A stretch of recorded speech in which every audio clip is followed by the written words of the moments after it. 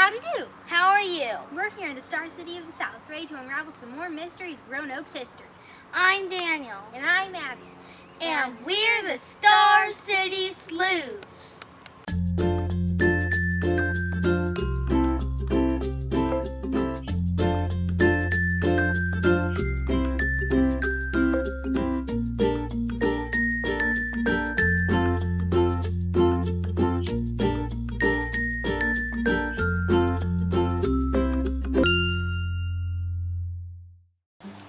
One place we love to visit in Roanoke, it's the Mill Mountain Zoo at the tip top of Mill Mountain.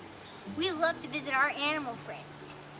Our mom and dad said that they remembered going to the zoo, but it looked a lot different.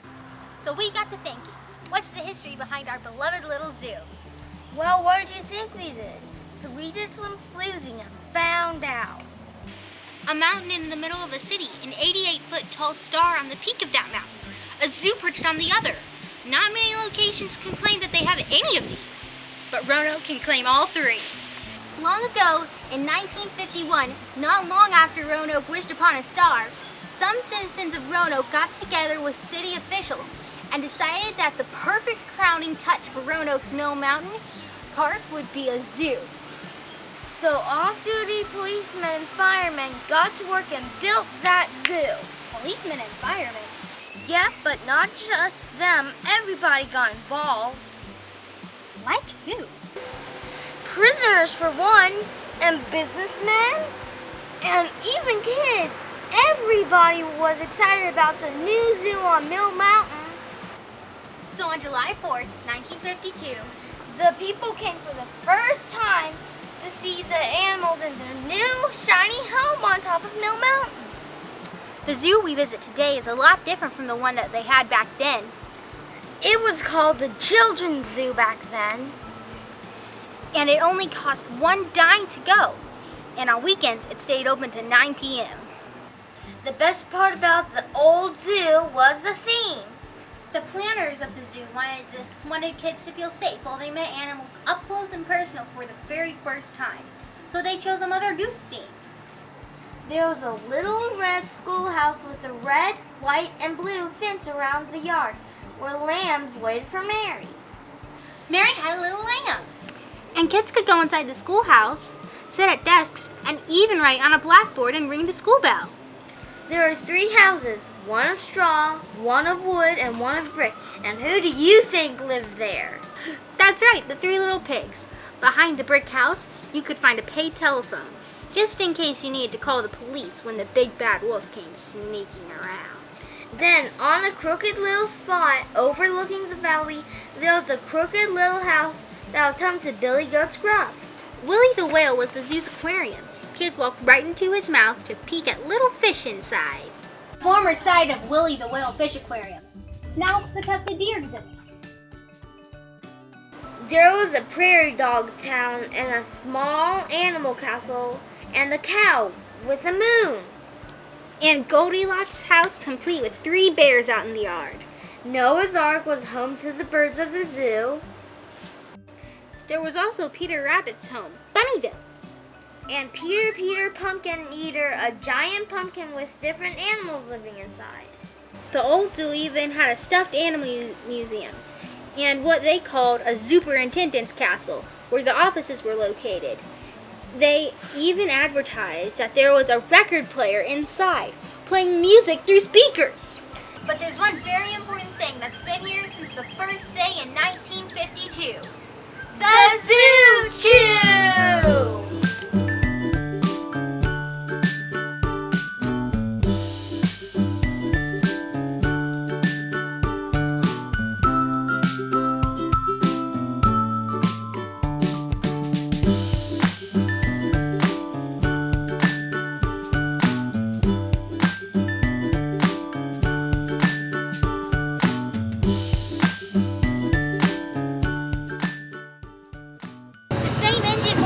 Until 2007.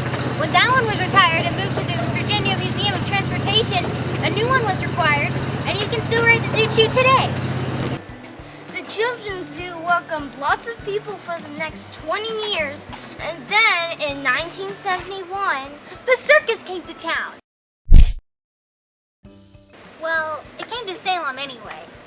the Ringling Brothers Circus, Barnum and Bailey, The greatest show on earth! had come to Salem to do a show, but the elephant trainer made a last-minute proposal. A 60-year-old elephant named Wolverine needed a break from show business. Her trainer thought the zoo would make a nice retirement home for her. So with the help of a local school teacher and circus buff, Paul Caldwell, plans were made to move an elephant to our mountaintop zoo. They put her on a truck and drove her to the foot of the mountain on Reserve Avenue, where Victory Stadium once stood.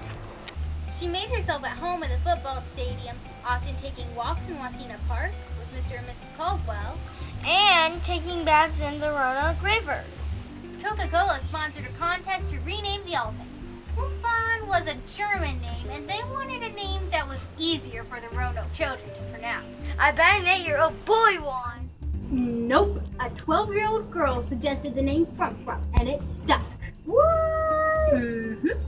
Well, the time came that Frump's new home was ready for her, so Mr. Caldwell started brainstorming ways to get her up that twisty mountain road. But the trainer had suggested that walking wasn't a great idea. So they decided to drive her on the truck like she'd ridden from Salem. But Frump didn't like the ride before. She really wasn't willing to give it another try. They tried to trick her onto the truck by putting her on the loading dock and tapping her on the inside of the leg to get her to turn around. Little did they know that was circus talk for do a headstand. So she promptly did a headstand on the loading dock. I would like to see that. It became clear that the only way Frump was going to get up that mountain was by walking. So early one Sunday morning, Mr. Caldwell and his wife and his neighbor, a 14-year-old girl, Lee Marks, set off up the mountain to get Frump to her new home. There's a rumor around town that Frump died on the way up, but that's not true. Nope. Frump made it up the mountain with Lee on her back some of the way, and she made it along just fine. She went for daily strolls around the zoo and enjoyed her favorite treat, pineapples. She lived near the Zoo Chew station, the only place in the little children's zoo had for something so big. August 11th, 1971, Frump laid down for a nap and never got up again. She died August 22nd and was buried about 50 yards from the zoo entrance. Where she was buried is a mystery, so we decided to find it. We tried to find Frump with this old map, and we think we found her. Frump, gone but not forgotten. A hump for Frump.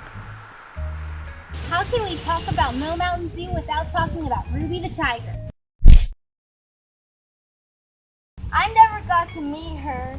Ruby came to the zoo in 1988 as an 18-month-old pup. She was taken from an illegal owner in Danville, who was using her as a pet. The zoo agreed to take her until she found a suitable home. They looked all over for someone to take her, but no one would because she wasn't a purebred Siberian tiger. They had to build a big tiger home now. Ruby made the national news, and people from all over were donating money to help her build a suitable home. A 13-year-old girl from Minnesota sent $1 and an offer to let her live at her farm. California kids sold popcorn and sent Ruby the money. Finally, Ruby's new home was built, complete with an in-ground pool. Did you know Ruby had her own vet, and when he came around, she would act like a kitty?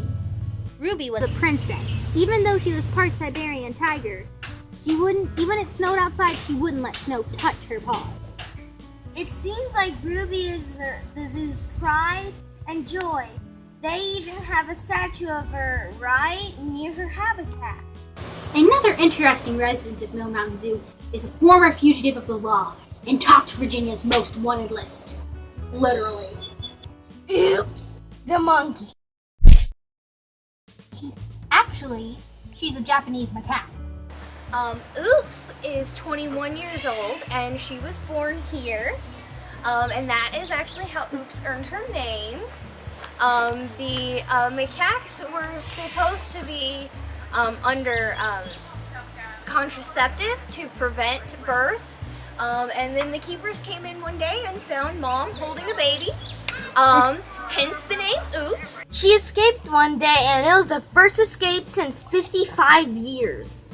Unfortunately, that happened through keeper error. The keeper that was working with them, she had only been working with them for only 2 weeks. And what she did was she closed the shift doors, but she did not lock them, which is a big no-no in zookeeper world. Being smart animals that they are, they know how to work the shift doors by watching you. So they just slid the door right open and walked themselves right out.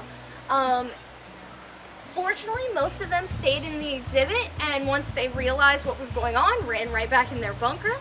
Fortunately, Oops got startled, so she ran out of the exhibit instead of back into the bunker.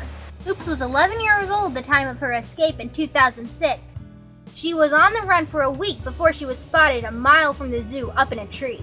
She took bait of yummy apples that the zookeepers offered her, but she wasn't going in that easy.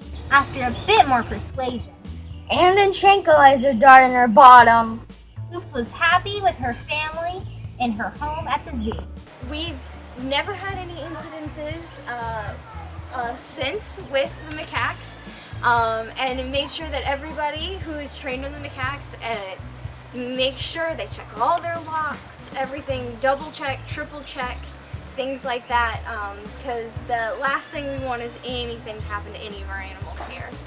Today there is no tiger or elephant, but there are plenty more other fun animals to meet at Mill Mountain Zoo. My favorite is red panda. They're so cute. Red panda, red panda. One of the good reasons that we like to talk about Tippy is he's a sulcata tortoise. Once they get a certain size, these large tortoises, you're not going to move them if they don't want to. He was actually won as a prize when he was teeny tiny by a woman in Virginia Beach. She gave him to her daughter as a pet. And once they finally got him home, did all their research, and then realized how big he was going to get, they were like, oh no, this wasn't a good idea. So they donated him to us. They very much loved him, wanted to keep him. They do come and visit him from time to time. Actually, I have a question. I think I see how they can dig very good. On the bottom of their feet, they have like little spikes. His toenails? Yeah, his nails are definitely made very, very sturdy for him to dig. Because what they would do is they'd dig a burrow, and then in the hottest part of the day, he'd go down in the burrow to stay cool. Because he's from the Sahara Desert in Africa, so it does get pretty toasty during the day. Bo. There he is. He's tired from splashing people with water all day. Actually, I haven't seen him doing that at all today.